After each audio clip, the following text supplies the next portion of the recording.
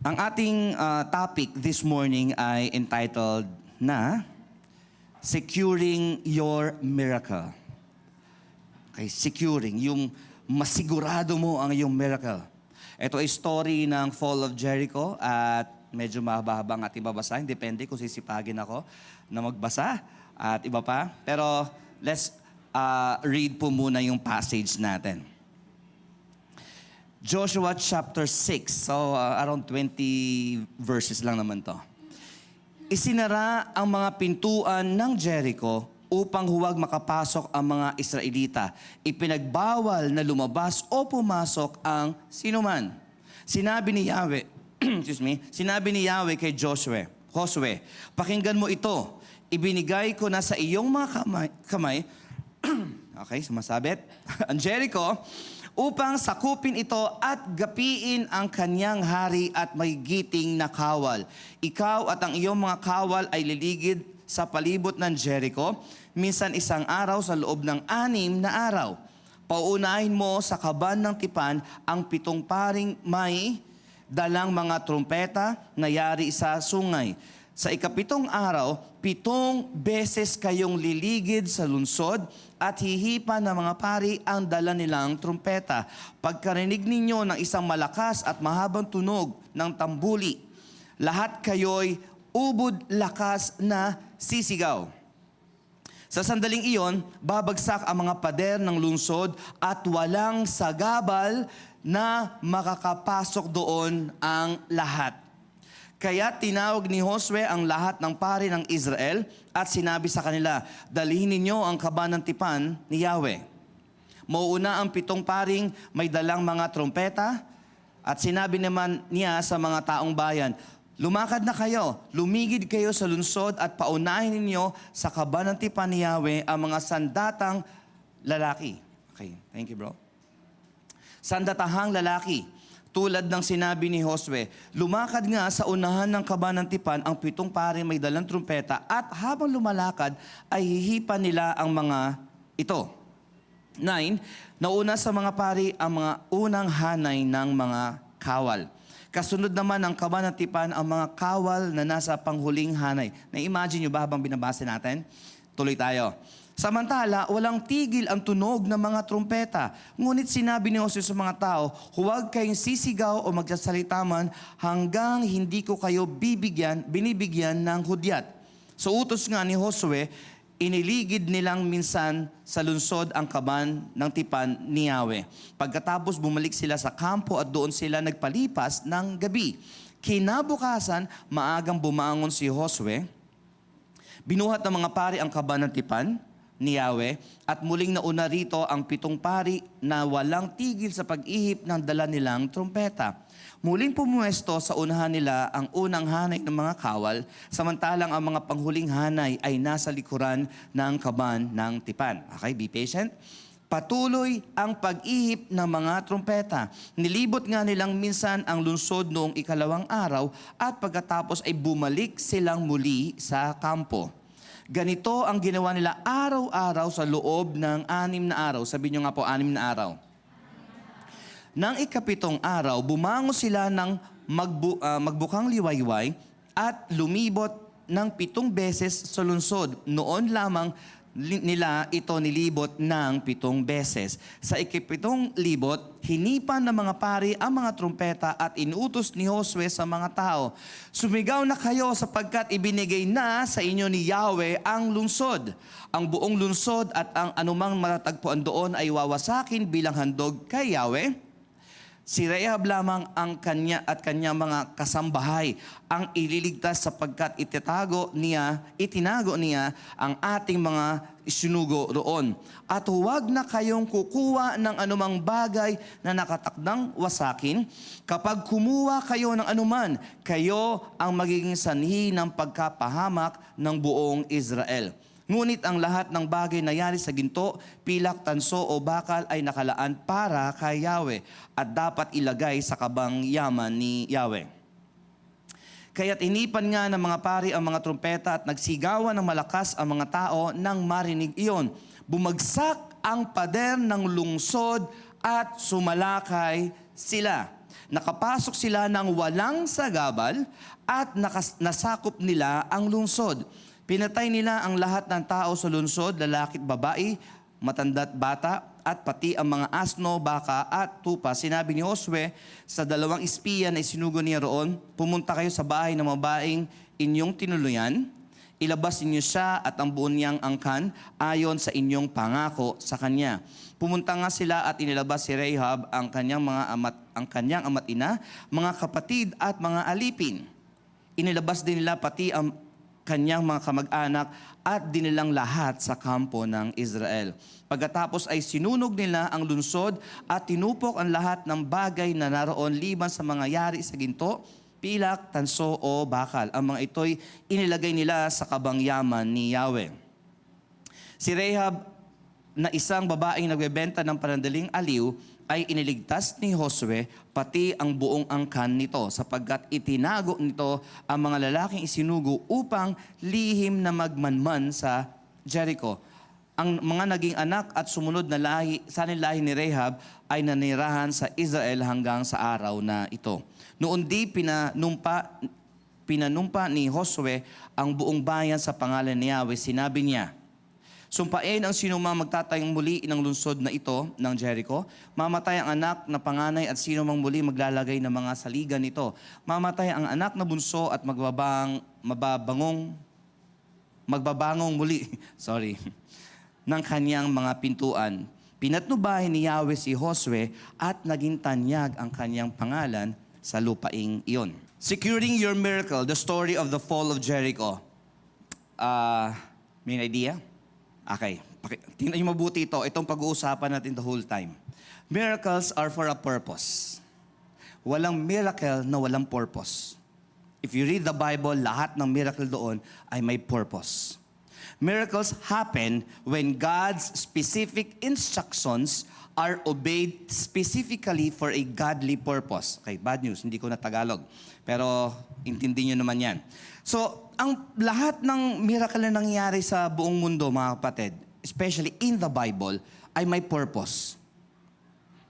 Pero, kung ito ay nangyari, ibig sabihin, dapat itong tingnan kung ano ang purpose nito. Dapat naunawaan ng mga tao na pangyarihan ng miracle or nag-witness man lang kung ano ba ang purpose ng miracle na yon. Okay? Yung pagkabuhay na muli ni Jesus, isang miracle yun, may purpose yun. Yung babaeng 12 years na dinudugo, gumaling, may purpose din yun. Itong pagkawasak ng pader ng Jericho, may purpose. So everything has a purpose. Next. Now, kung titingnan natin, mabilis na tingin sa buong chapter na yan. Kung papansinin niyo, sa verse 1, doon yung makikita kung ano ang nararamdaman ng buong city of Jericho kasama ng hari at mga opisyal tungkol sa paglapit ng mga Israel. Chapter 5, nung sila ay nag-espiya, okay, yung si Rahab ay napasok yung bahay niya ng mga espiya na ito. At according kay Rahab, nanginginig ang buong lungsod dahil sa inyo, dahil ang Diyos nyo ay kakaiba. So meron ng ganun. That's why in verse 1, sinarado ang gates ng Jericho. Walang pwedeng pumasok, walang pwedeng lumabas. And konting information, did you know na ang kapal ng gates o ng pader ng Jericho ay 6 feet. So kung si Daddy ay pahigain po ninyo, yan yung kapal ng pader. Yung taas, sobrang taas. Meters. Talagang hindi pwedeng akitin basta-basta lang. So ganun kalaki yung pader at meron pa siyang inner na mga walls. So talagang pag sinarado nila yon, walang pwedeng lumabas according sa verse 1 at walang pwedeng pumasok. Pero in verse 2 hanggang 6, nandun nagbigay ng specific instructions si Lord. Sabihin nyo nga, specific instructions ni Lord. At kung papansinin niyo, ang kausap niya ay si Joshua, yung leader. Pagdating sa next verse, inulit lang ni Joshua yung sinabi ni Lord sa kanya. Okay, that's the work of the leader. Kung ano sinabi ng Panginoon sa'yo, sabihin mo lang sa mga tao. At 8 to 14 verses, 8 to 14, sumunod ang mga tao, and listen here, the people's specific obedience to the specific instructions. Okay, sabihin nyo nga specific instructions. Sabihin nyo rin, specific obedience. Ang Diyos, mga kapatid, ay mitikuloso sa pagbibigay ng utos. At makikita natin yun mamaya. Next. Sa verses 15 to 21, mga kapatid, na-secure nila yung victory nila. Why? Prior to that, sila ay sumunod sa specific instructions. At si Rahab, na ang allegiance niya ay kay Yahweh, ay lalong pinagpala. At ang sabi ng ilang verses ang sinabi doon tungkol kay Rahab, dinala siya sa kampo kasama ng kanyang mga kamag-anakan. Okay, pati yung kanilang Shih Tzu, sinama na rin po doon. Kawawa naman na maiwan yung wala mag-aalaga. At pagkatapos noon, nanirahan sila sa Israel simula nung araw na iyon. Okay? And did you know, isa sa mga ninuno ni Jesus Christ ay si Rahab. Yeah. Kumbaga, ang naging asawa ni Rahab, part iyon ng lineage ni Jesus Christ. At kung babalikan nyo pa, even si Ruth, okay? Na balae, tama ba? Ni, ano tawag doon sa asawa nung anak mo? Manugang. Yung, balae pala yung mga magulang. Okay. At verses 26 to 27, mga kapatid, yung assurance ng presence ng Panginoon. In this story, mga kapatid, mahaba siya. Walang masyadong insights. Ang kinuwento lang ay yung nangyari at yung mga naging resulta dahil sa pagsunod nila sa Panginoon. So again, going back sa ating main idea, miracles are for a purpose, mga kapatid. May purpose ang miracle, Kuya Ronnie. At ang purpose na to, ang dapat nating maunawaan. Hindi binigay ang miracle para lang maging maalwan ang buhay natin. Okay? O para mapawi ang mga karamdaman natin or what? Kasama yon. Pero ang bottom line lagi ng miracles ay ang purpose ng Panginoon. Sa New Testament, sabi ni John the Baptist, minsan nagduda siya katungo kay Jesus Christ, sabi niya, pinadala niya yung mga disciples niya habang siya nakakulong at sabi niya, pakitanong nga si Jesus kung siya na ba talaga yung inaantay natin. Ang sabi lang ni Jesus Christ sa dalawang disciples ni John ay ito, the blind see, the deaf hear, the lame men are walking. Okay? At sabi nun, mapalad ang taong hindi na natiso dahil sa akin. As you can see, mga kapatid, miracles ang pinronta ni Jesus Christ para mapatunayan kay John the Baptist na may nangyayari. Nakakatuwa, miracles ang pinakita sa mga Baptist. Ang galing, Parang may konti doon. Anyway, so, anong tinuturo sa atin ito? Okay? What does the story of the fall of Jericho mean to us today? Andiyan ba kayo? Are you ready this morning na maunawaan kung paano i-secure ang miracle ng Panginoon? Number 1. Okay, let me start with the medyo heavy part. God's campaign fights against evil. Naisip ko yung campaign kasi katatapos lang ng eleksyon. God's judgment upon cities and peoples who are not living their lives according to God's will. Brethren, listen here. Si Lord ay may kampanya. At ever since nag-umpisa ito nung nagkasala si Eva at si Adan. At mangyayari yan hanggang sa araw ng pagbabalik ng Panginoong Yesus. At ang campaign niya is to fight evil. Okay? Ay ba't hindi niya lang tupukin lahat, Pastor, at once, once and for all, tapos na ito.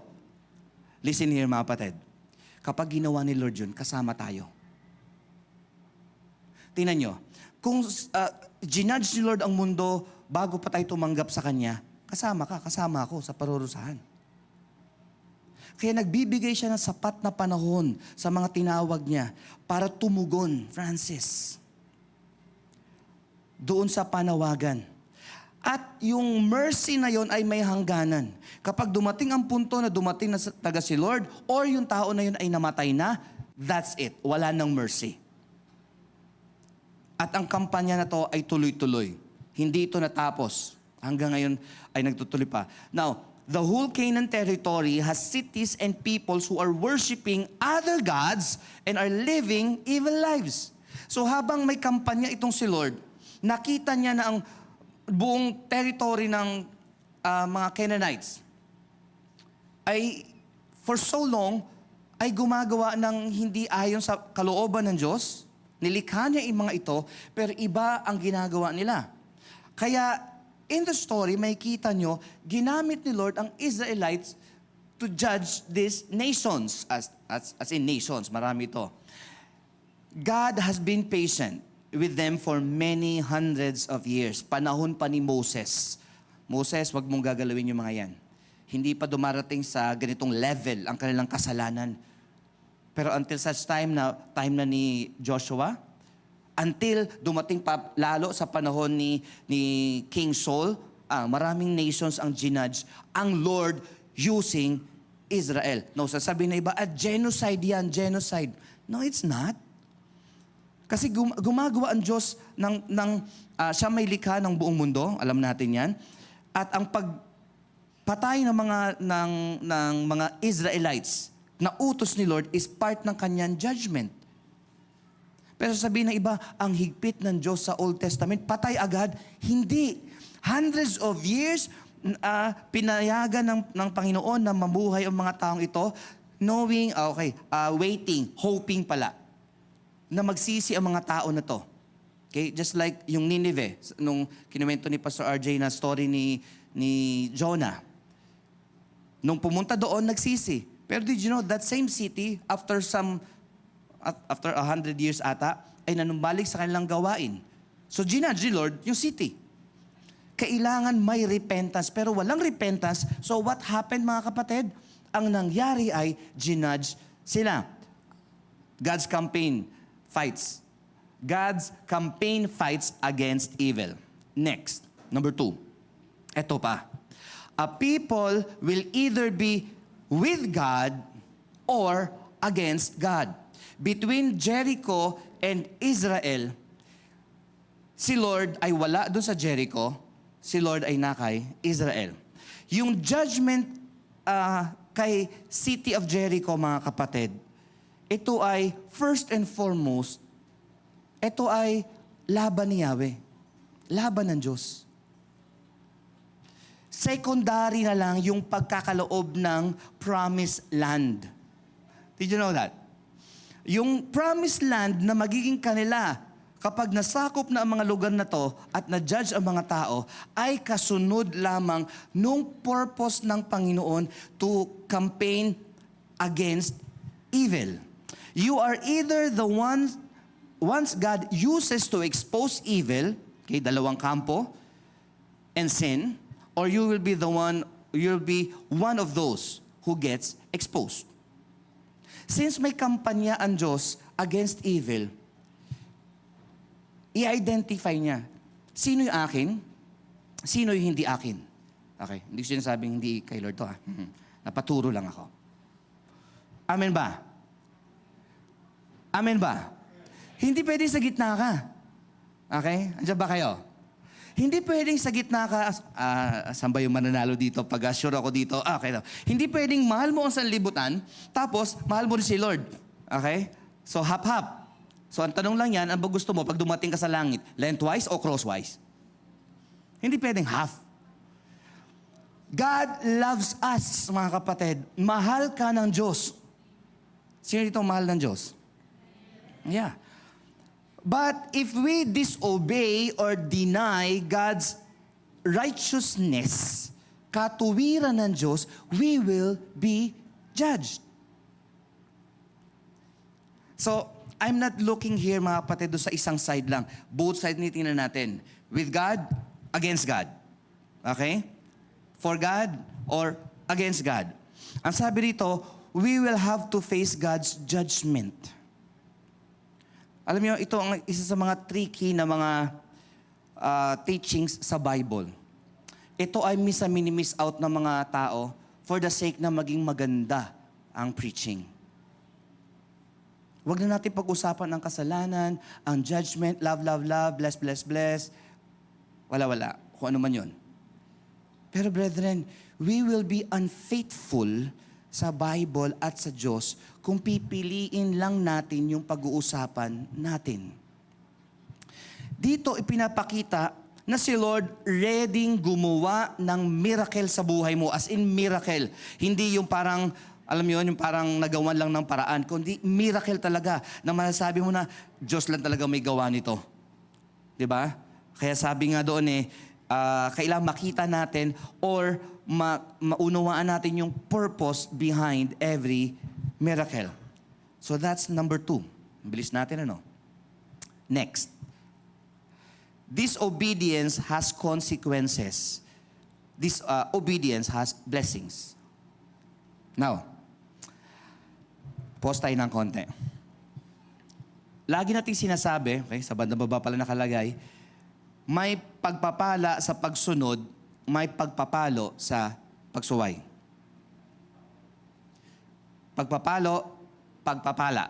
Isang letra lang ang kaibahan sa Tagalog. Pero yung dalawa na yon ay magkaiba.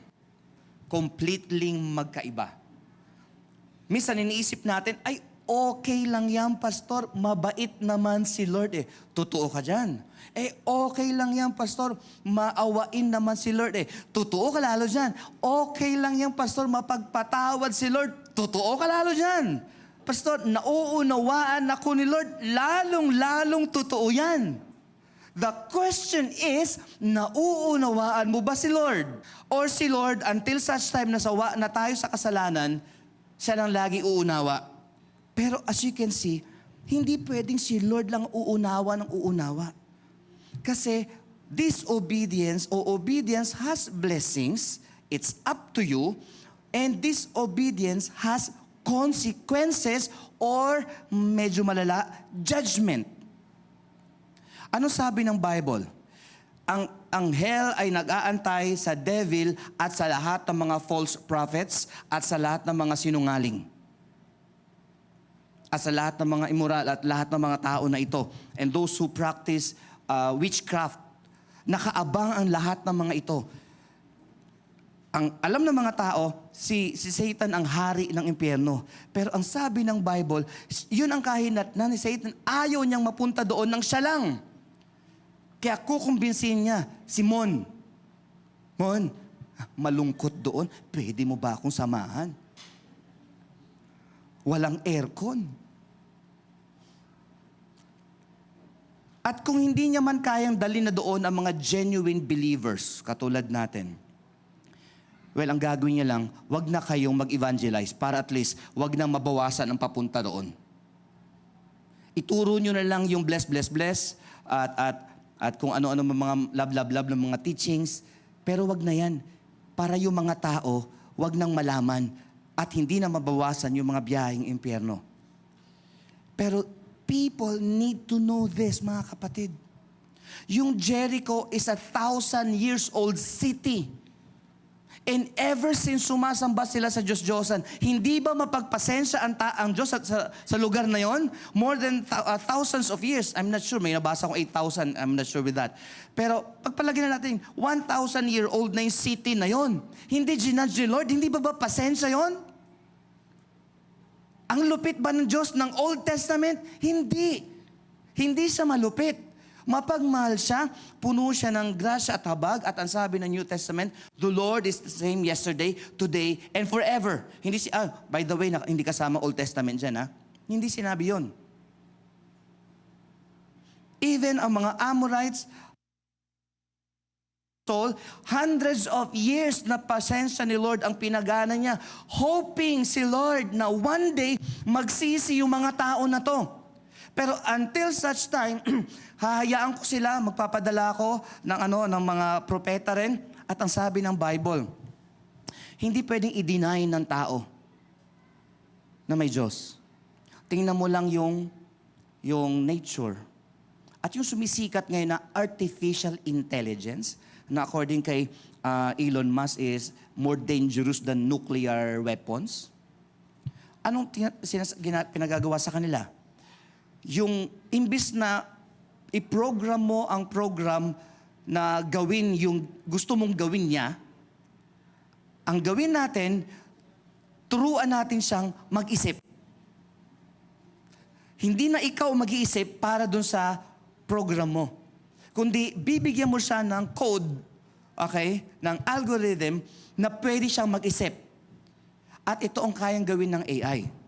Ang kayang gawin ng AI ay i-search, simple lang naman, i-search ang terabytes or whatever ka lang. Lahat ng information na sa internet ay pwede niyang i-search. Ganun lang naman ang kanyang source. Okay? Yung sobrang daming information sa internet. That's why sabihin mo lang siya na gano'n, i-compose mo ako ng formal letter ng pag-a-apply or something like that. Ang gagawin niya, kaka-copy-paste yan sa maraming sources at pagkasama niya, arrange ng konti para hindi masyadong plagiarism. Pero may program din, did you know, na pang-detect kung AI ang gumawa ng mga papers na yon. Noon, dati ba, gagawa ka ng introduction mo, late na pala introduction, mag-outline ka. Ngayon, kung ikaw tinatamad, okay, hindi ko tinutunan maging tamad. Ang ibig ko lang sabihin ay, ito ang paraan para maging tamad, huwag yung gagawin to. Type ka lang, thesis about nature, especially the Amazon forest. Gagawin ka lang yan. At kung titingnan ninyo, nanguha lang yon ng mga bits and pieces sa lahat ng information na nasa internet. Now, the ability to think ay hindi nagsimula sa AI. Nagsimula yan sa tao. Ikaw, ako ang unang binigyan ni Lord ng program, if you want to call it that way, para mag-isip. At ang tawag natin dyan is not artificial intelligence, but free will. Pwede kang sumunod sa Diyos, pwede kang sumuway sa Diyos. It's your choice. Sabi nyo nga, it's my choice. Choice mo kung ikaw ay susunod sa Diyos, choice mo kung ikaw ay susuway sa Diyos. Choice mo na umaten ngayon, choice mo na hindi umaten ngayon. Choice mo na gumising na ganitong oras or magpa-late ng gising. Choice mo lahat ng mga iyan. At hindi ka pipilitin ng Diyos, kumbaga, para sundin ang utos niya. Pero God will create situations para ma-notice mo, ma-identify mo, ma-realize mo, ay, sandali, parang hindi ako dyan pinapapunta ni Lord. That's God's way of telling you na tama o mali. It's your choice pa rin kung susundin mo yung mga paramdam sa'yo ng Diyos or susundin mo ba ang Word of God. Even kahit Christian ka na, even kahit na ikaw ay filled with the Holy Spirit na, kahit 2,000 years ka ng Christian, you still have a choice. Pero katulad ng AI, i-program mo, kinakapos ako ng words. Basta yun, i-program mo ang sarili mo. Sanayin mo ang sarili mo na maging masunurin sa Diyos. Kaya tayo ay mas madaling sumuway sa Diyos kasi for so many years, B1, masuwayin tayo sa Diyos. Kung ikaw ay naborn again ng, say, 20 years old, ibig sabihin 20 years ka na sumusuway sa Diyos, sanay ka na. Tingnan mo ang katabi mo. Kaya mo ka ba akong sanay? Sabi mo sa kanya. Now, kung sanay ka na sumuway sa Diyos, dani ka. For 20 years, okay? Ngayon, sanayin mo naman ang sarili mo na maging masunurin sa Diyos. I-program mo ang sarili mo. I-feed mo ang sarili mo para maging malinaw ka kung ikaw ay sa kampo ng disobedient o sa kampo ng obedient. Gets? It's your choice. Pero kung ang gawain mo, ang pinupuntahan mo, ang mga choices mo, ang mga finifeed mo sa isip mo, ay patungkol lahat sa paano mag-disobey sa Diyos, then, alam ko na ang next mong gagawin. Okay? Susuway ka sa Diyos. Now, listen here. Kakalma tayo ng konti. Even if disobedient, ungodly people think they are safe, okay lang naman ako. Sumusuway ako sa Diyos, pero pareho lang tayo. Mas blessed pa nga ako. Ako nagagawa ko pa nga lahat ng gusto ko. Ikaw maraming bawal sa relihiyon ninyo. Ako nagagawa kong gusto ko. Walang bawal. Okay, let's see. Even these ungodly people think they are safe and secure God's judgment will come sooner or later in the easy way or the hard way. Hindi mo kailangang kumbinsihin ako o kumbinsihin ang katabi mo. Kung mali, mali. Huwag mo nang kumbinsihin ang mga tao sa katabi mo. Okay lang yan. Ginagawa nga ng kapitbahay natin yan eh. Ginagawa nga nila yan eh. Ang tanong, yan ba ang kalooban ng Diyos? Judgments or consequences are synonymous. Pareho lang yan. Mas malala lang yung judgments.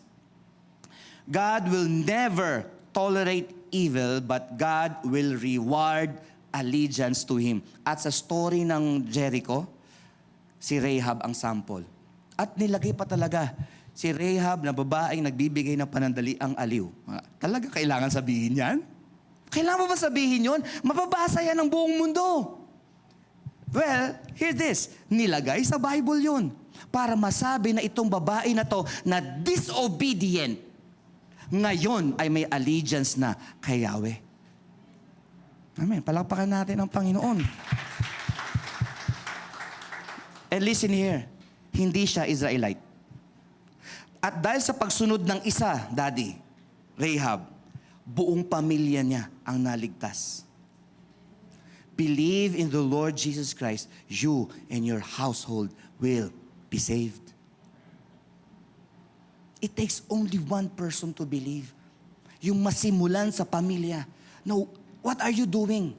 Kailangan natin ma-influensya ng mga tao sa paligid one by one. And then kapag influential yung tao na to, especially mga tatay, pakitaas ang kamay. You are the pastors of our families. Kapag may mga kapwa tayo, tatay, na nawin sa Panginoon, what will happen? As you can see mga kapatid, you have a choice. Now, give people the ability to make choices na pakinabang sa kanila, hindi yung choices sa kapahamakan nila. We need to love people and tell them, hindi okay ang buhay mo sa Panginoon. Makinig sila, good for them. Hindi sila makinig, move sa next. Ang daming dapat abutin mga kapatid. Ang Pilipinas is more than 100 million na.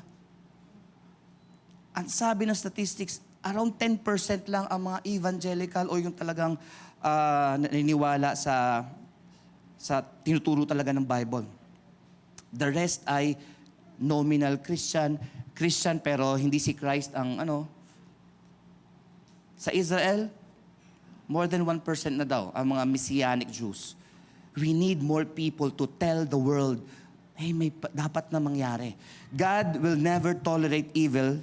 That's why, kaya natin sabihin sa kanila, huwag natin sila sabihin na, ito para ma-bless, itong gawin mo, bless ka, gawin mo ito, ma-bless ka. Sabihin mo rin sa kanila, pag hindi mo to ginawa, okay, mapahama ka. Ang mabuti na hindi mo ginawa o ang masama na ginawa mo, they need to know. At ito ang gusto kong bigyan ng focus, mga kapatid. Number 4.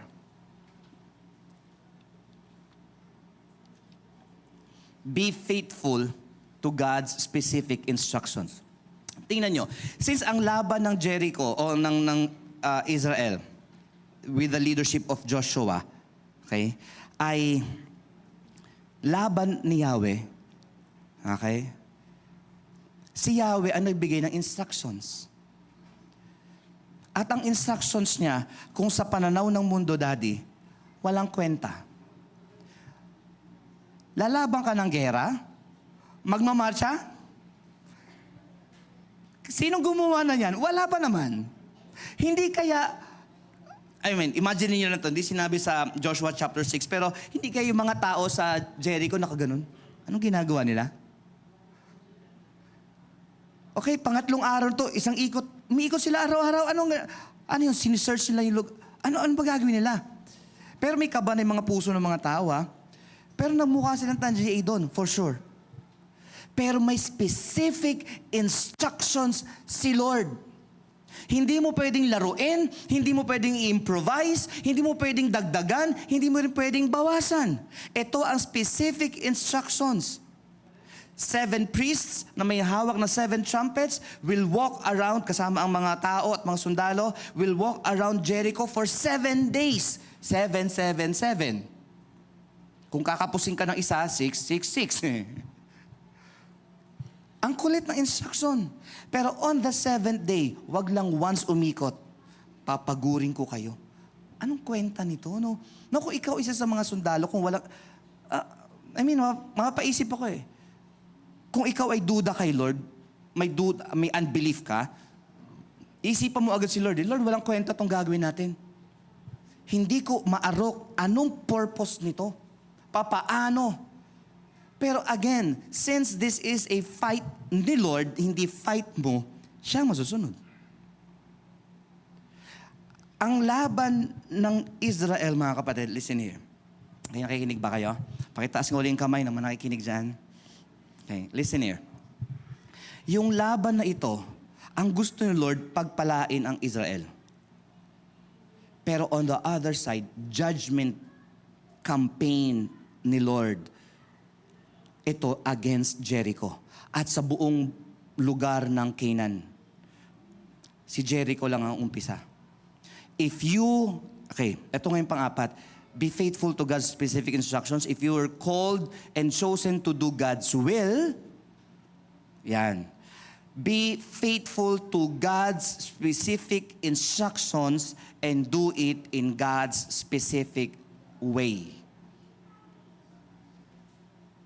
Halimbawa, sabi ni Lord kay Joshua, Joshua, be strong and courageous. Manood ka ng YouTube kung paano maging courageous at maging strong. Ang sabi ni Lord kay Joshua, be strong and courageous. Do not let this book of the law. You see? Yung faithfulness, yung strength and courage na kailangan ni Joshua as a leader ay nandoon sa Word of God. Sa panahon natin ngayon, i-neglect mo ang Word of God dahil busy ka, well, suffer at your own risk. Kahit na ikaw ay anak ng Diyos at nineglect mo ang salita ng Diyos, you will suffer the consequences. But, kung nasusunod mo ang salita ng Diyos, you will enjoy the blessing. Amen po ba, Ate Salome? Gusto niyo ba nag-enjoy kayo sa blessing ni Lord?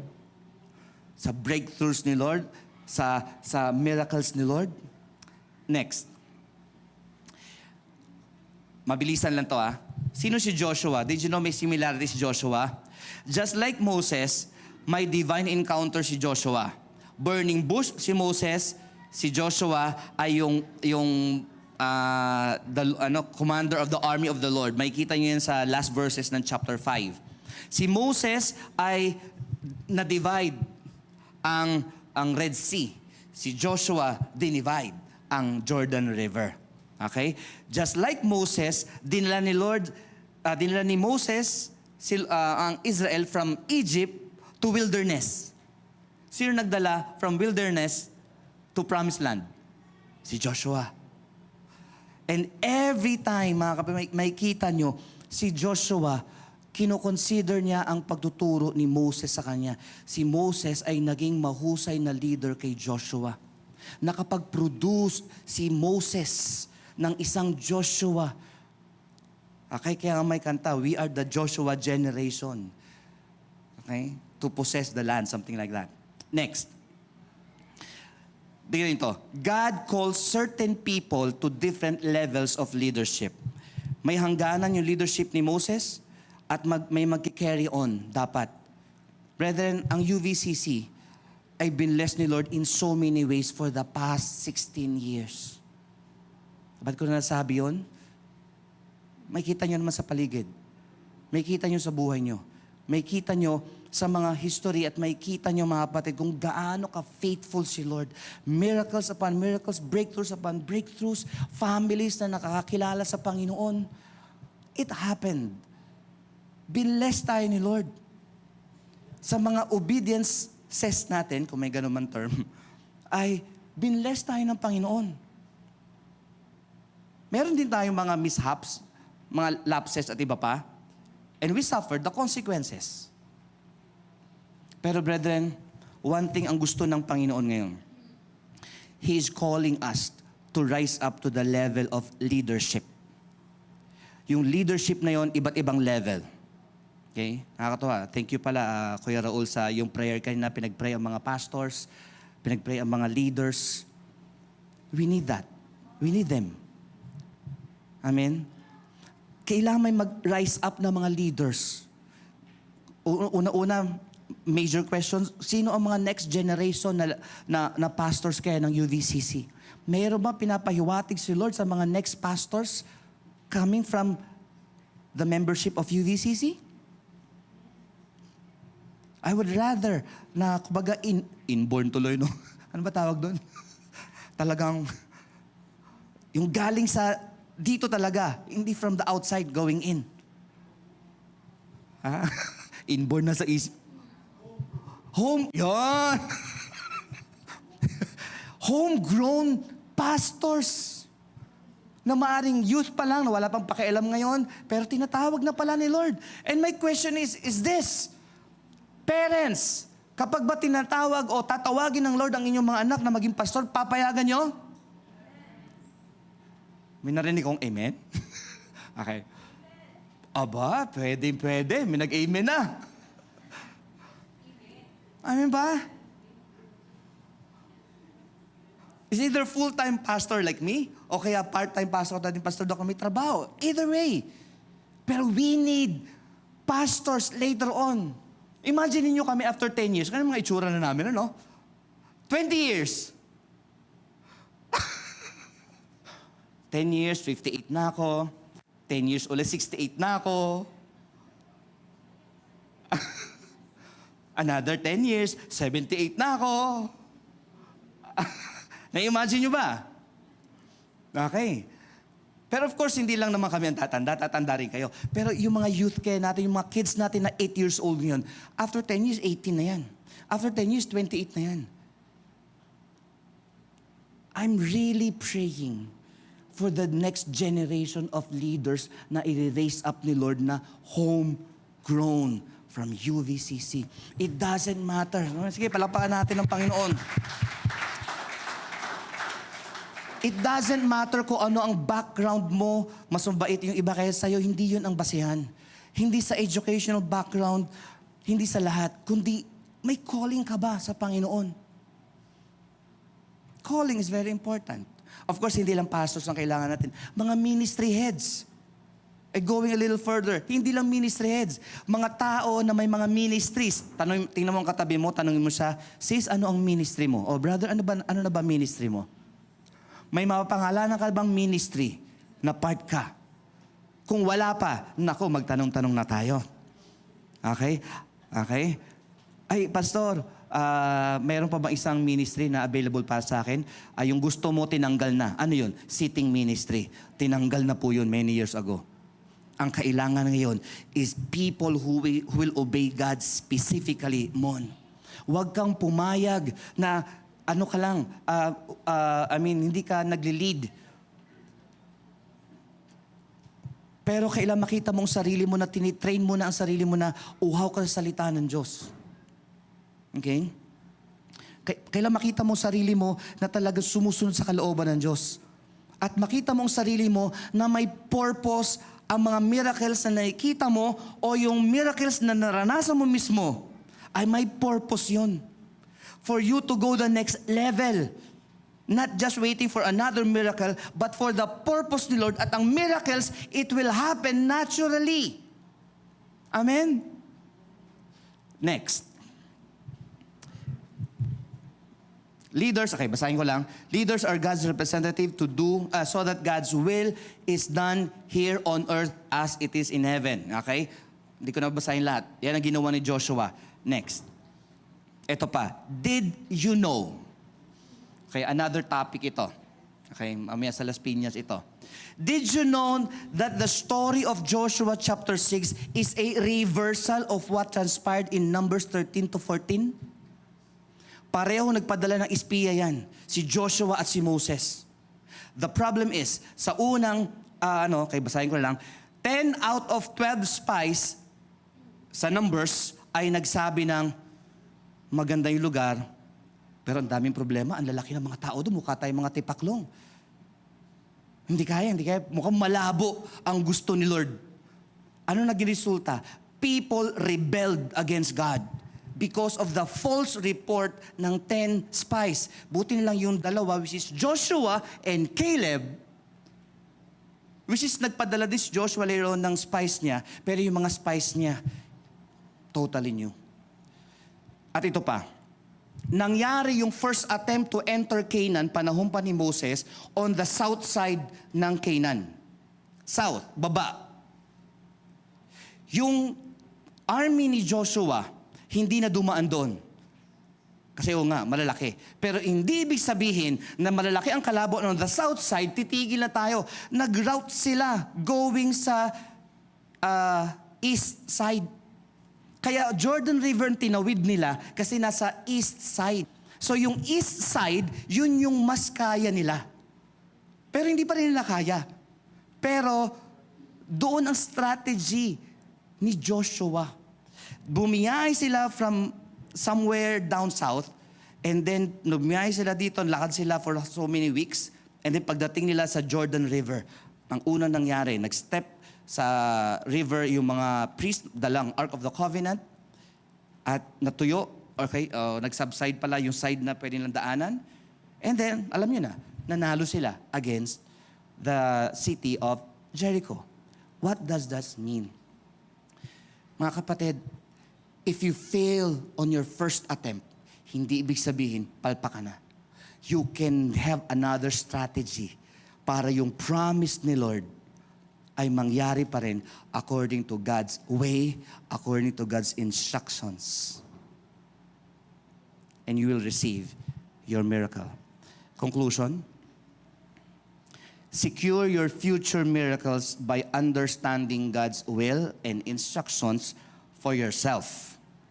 Build up other people's faith by reiterating God's miracle stories to them and obey God's specific instructions.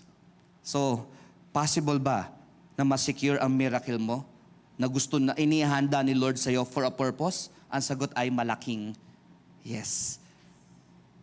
But the question is, are you willing to obey the Lord to secure your miracle?